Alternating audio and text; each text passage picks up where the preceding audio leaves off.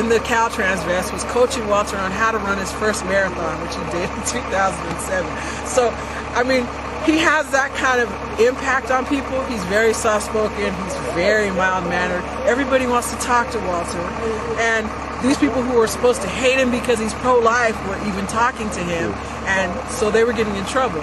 So he's on the sidewalk, and he said when somebody would drive up and he knows that the escorts are going to run in front of him, he would say, well, you know, if they didn't see the person, you know, hey, someone drove up, you know, do you want to, we can walk together and get there, you know, and talk to him and the whole bit. And you know, they, of course, they would just get mad and run in front of him. But he said he never walked fast. He never did anything that could even remotely be construed as intimidating or aggressive. And he always let them get there. He said he even used the bad things that they said about him. He's a protester and he just wants you to run away. He said he even used that against them. You know, the women would, you know, come to the sidewalk. They go, you know, this crazy protester, don't listen to him, don't talk to him. He said, hi, I'm the man that they're talking about. And I just want to take a moment of your time and talk to you about alternatives to this clinic. And so it really, I mean, it's kind of funny, but it kind of progressed on. These people could not shake him. The police didn't work. The escorts didn't work. So the clinic director and all the money behind them, you know, went to the city council and Nancy Nadell and crafted an ordinance that basically makes exactly what Walter was doing a crime. The first draft of this ordinance was declared invalid. The judge gave the city of Oakland an opportunity to rewrite it before he just declared it unconstitutional outright, which I think he should have just done. Because it even had verbiage to say, if you have literature that is discouraging someone from going into the clinic, you need to be arrested. And Mike Millen did the demonstration. He said, so the judge said, okay, so if this one says no, I go to jail, and then this one says yes, go into the clinic, I'm okay. He goes, oh no, you can't do that. Which is exactly what they're doing. Because right now, the only people that have permission to talk to anybody are the desk boys. If you're trying to bring somebody into the clinic, you can walk up to them, you can lock arms with them, you can, you know, sing songs, hand out paper, you know. You can do anything you want if you're encouraging them to go into the clinic. If you're trying to offer them a life alternative, you have to maintain this 8-foot bubble between you and the person unless you have their permission.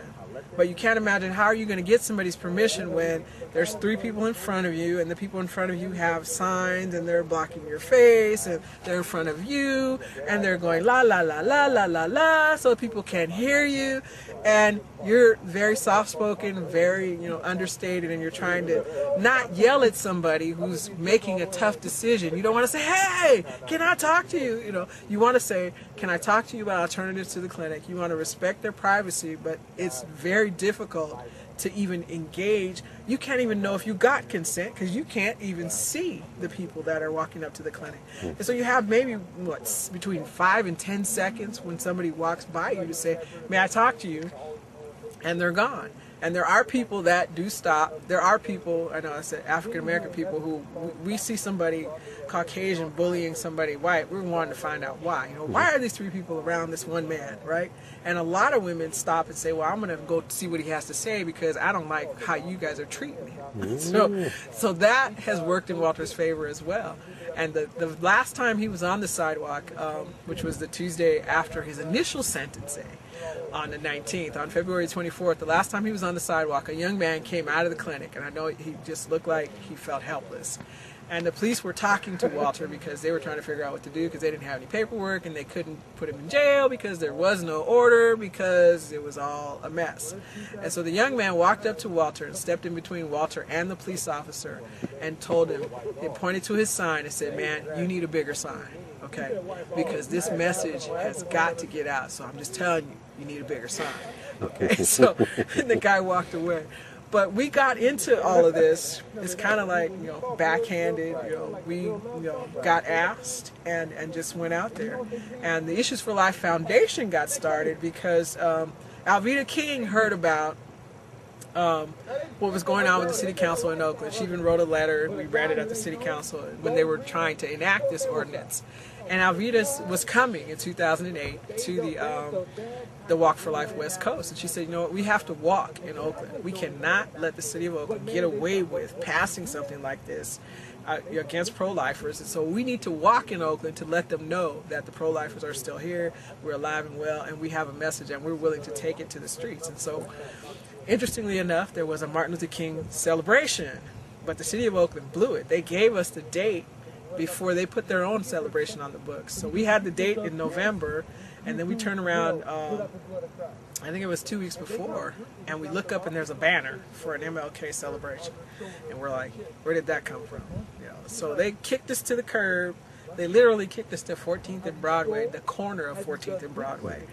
And what God is just amazing. All the media that was looking for the Oakland City event pulled up to that curb and said, hey, do you guys know where, you know, this is? And we go, no, but Alveda King is over here, so why don't you come and talk to her? And so a lot of media had come and talked to Alveda, and then Alveda decided that she was going to force the issue with the city of Oakland, and so we went over to just say hello to Oakland. And of course, they know she's pro-life, and they don't want to let her say hello, but now you got all this media who knows she's here. You have the niece of Dr. Martin Luther King at a Martin Luther King celebration, and you're not even going to let her near a microphone. So, of course, it was like political suicide, and Ron Dellums, who knows Alveda personally, made a phone call downstairs and said, you need to let her say something. So after she promised not to talk about abortion and, you know, not to say anything, you know, they gave her 5 minutes, and she got on and she said that, you know, who she was, and she just wanted to say hello to Oakland, and she got him to sing This Little Light of Mine. And she said, and if you want to talk to me further, I'm over there on the corner. And the crowd followed her. You know, the crowd followed her. Cool. And what was amazing, God linked a path in history with the president. God sent 4 black girls. He said 4 young girls to carry our banner, which says abortion hurts women. And if you look at the little girls who died in the church bombing in Alabama, there was 4 little girls that passed away. So God made that connection between that passing and life. And we walked the streets of Oakland. I think we probably had maybe 100 people that first walk, which was amazing, because we were thinking that, oh, we're doomed. We're over here on the corner, nobody's going to come, nobody's going to hear us, but God worked it all out, and it was great. So we actually started the foundation because we had a nonprofit business, which is called the Balm and Gilead. So the foundation is kind of like a DBA, and that business, you know, that nonprofit had kind of just been sitting on the shelf. We hadn't been doing anything with it. So we resurrected it, and it's now the Issues4Life Foundation. And you know, it's just gone from there. I really don't know what God's doing or where He's going with this, but it has been amazing. I mean, we even had 50 people this year in the rain walk in Oakland. So you know, God is doing stuff in Oakland, and you know, I don't know where it's going to go. But what would you like black pastors to do, and what would you like them to know, and why do you think that they're so silent on this issue? Wow. Well, I would like the African American pastors to know that they need to wake up, that the sheep that are under their care, the lambs, the sheep are being sheared, and the lambs in the womb are being ripped out, and their innocent blood is being shed. African Americans are the #1, you know, in abortion. I mean, 37%. Well, it's higher than that. Is it really? If you think about the fact that African Americans total are only 12% of the population, that means women are about 6 or 7, but women of childbearing age are 3% of the population. So you have 3% of the population that's having 39+% of the abortions. It is a genocide. And if you look at the fact that since Roe v. Wade has been legalized, we've lost more than 20 million lives to abortion in the African American community. We've lost more than 50% of our population. There's only 37 million African Americans. You know, as of the 2000 census, we are now the minority. The Hispanic community has more numbers than we do. So you can't ignore the fact that the numbers are diminishing, and you can't dismiss the fact, you know, you can say abortion doesn't happen in the black community, but you're just saying it. You come down to that clinic and you see that 25 women went in and 21 of them are African American, you have to be blind not to know that it's a problem in the African American community. If you know the history of abortion, if you know that in 1939, Margaret Sanger had a project called the Negro Project. And the objective of that project is to eliminate the Negro population. She didn't want that to get out, and she actually used pastors to